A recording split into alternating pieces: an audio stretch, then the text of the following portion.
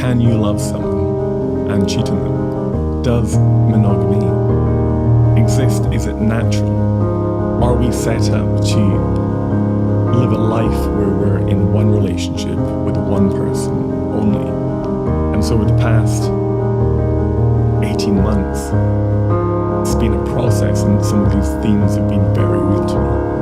For the first time in my life, completely speechless. And the thing that blew me away, even more so than what you'd said to me, was your ability to be so calm and rational and objective in the answers you gave. And even when I listen back now, although there was that laugh, which was a bit of an indication, you were able to speak about someone betraying you or being deceitful with a level of calmness and apparent emotional sort of restraint that I just admired so much from someone that was right in the middle of the emotional hurricane and